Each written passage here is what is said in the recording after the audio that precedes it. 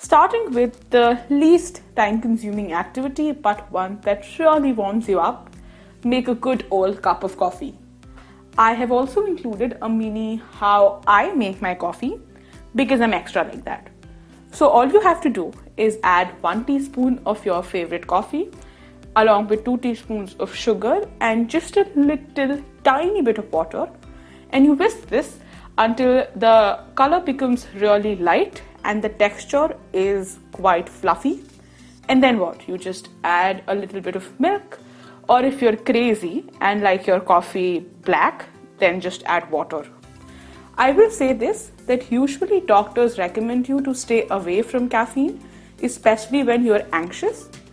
But for me, it really gives my brain a fresh start. And even if I become a bit more jittery, it's just all worth it in the end. Also, if you prefer chai over coffee, stay away from me. Moving swiftly along to another activity, which is easier said than done, cook for yourself. You don't have to be a gourmet level chef. You can start simple and small. It's pretty fun and therapeutic. Also empowering, because as a new adult, it gives you this feeling of self-sufficiency, which is honestly hard to come by. What goes well with food, you ask? Well, your all-time favorite show, of course. This is something I reach out most to when I'm feeling particularly sad, and Maudler's proposal scene just really makes you cry and gets it all out of your system.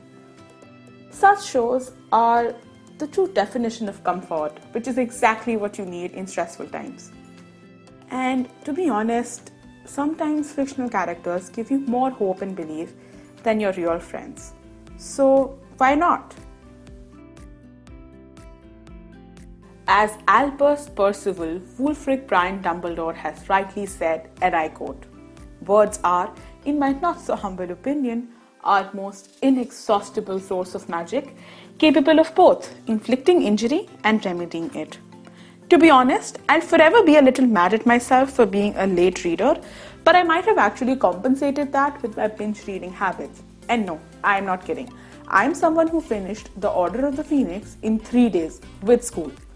Here I'm reading the newest addition to the Hunger Games series, that is The Ballad of Songbirds and Snakes, and I have opinions about this, okay? So if you want to talk about it, hit me up. Anyway, coming back to why I love reading when I'm anxious is because it simply calms me down and takes me out of my own troubles to someone else's. Katniss, for example. Even if you aren't a big reader, maybe just support your writer friend and read their article, which will hardly take you 5 minutes to do, and it can always act like a good conversation starter. So that's an added bonus. Doodling, huh? It always starts like this.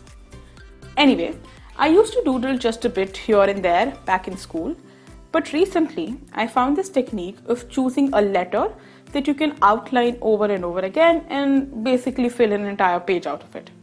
Here I went with the letter P. 1 minute. I didn't mean to make this video like a nerd a lot, but I'm just realizing that it sort of is. Okay, let's keep that aside because it's time to be honest with you here. I am not a patient person, and when I'm troubled, it's bad. Though it sounds simple, right? You just scribble something randomly and voila, it's art. No, that is not true. That is a hoax. Doodling takes a hell lot of time.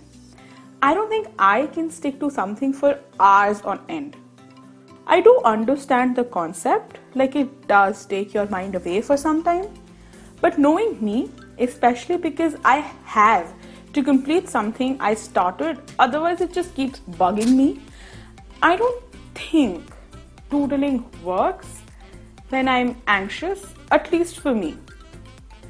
So even here you can see that my lines started to get quite wobbly because I just wanted to get done with it. Like, come on already. And this was after a few hours, I say. However, it's a good idea. And if you're looking for something new, then maybe you can try this out. Maybe it will work for you. If you do, please let me know. Another nerdy activity? I know, but hear me out. You must see a pattern here by now. When you're anxious, do something that guarantees to act like an escape. You don't have to paint a sunflower, and I myself am not an artist. This isn't even an original painting. The real artist whose video I was following will be linked in the description box below, so please don't forget to check that out. But what I'm trying to say is that even if you throw a bunch of colors on a sheet of paper, it really takes the angst out of you. Being from a science background, I don't believe that painting is just another leisure activity, but all the visual stimulation really helps you out. For example, have you ever noticed how we attach colors to memories? You remember the color of the shirt your crush was wearing the first time you saw them, or the color of the sky when you were watching the sun come up, or the flowers in full bloom all around you when you took that stroll down the park. You associate colors with feelings, and seeing them brings your memories or feelings back to you. So the next time when you don't feel good, throw such colors that make you smile on a paper, and I'm sure that you will feel much lighter than you were. Enough nerdiness, okay? I can have fun too. ठीक है, कर लो judge. But for me, that means playing Bollywood music loudly and dancing my heart out, which is exactly what I'm doing in this clip. Okay, fine, not exactly, because this isn't how I really dance. I was just too embarrassed to put my Tapori Barati dance on the internet. If you're from my school or college, you'll probably know what I mean. Not that 1,000 people are watching this right now, but still, it matters, okay? Let a girl live. Sometimes, all you need is to physically take out the pain in your heart and hand it over to the universe. That was a bit too fancy, wasn't it? But if you don't like working out or exercising, this is a fun replacement of that. And I mean, dancing on Bollywood songs with such high beats, especially if you like songs like Tare Gin Gin and Saadi Gali, all of that is basically cardio. Am I right? Also, I'm sure you must have those 1 or 2 songs that really calm you down. Like you can legit feel your heart rate decreasing. For me, it's mostly old songs. Not Lag Ja Gale in particular, but you cannot deny the absolute masterpiece that this is.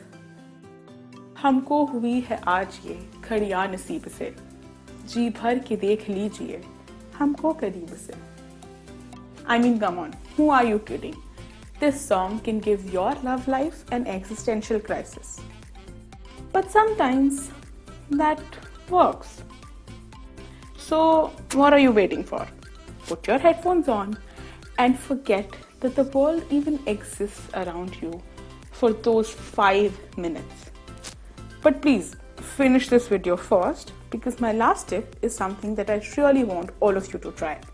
This is a special video, you guys, and so I will take you to my favorite place in my own home, which is this elevated part on my terrace that you can climb up on and just spend a few minutes with the universe, even if you have a love-hate relationship with it. So when you spend your bad day wrapped in your blanket, restless on your bed, you're immersing yourself in the negative energy around you more and more. What you need to do is change your surroundings, even if that means to take your study table from one end of the room to the other. If you're lucky enough, go watch the sunset.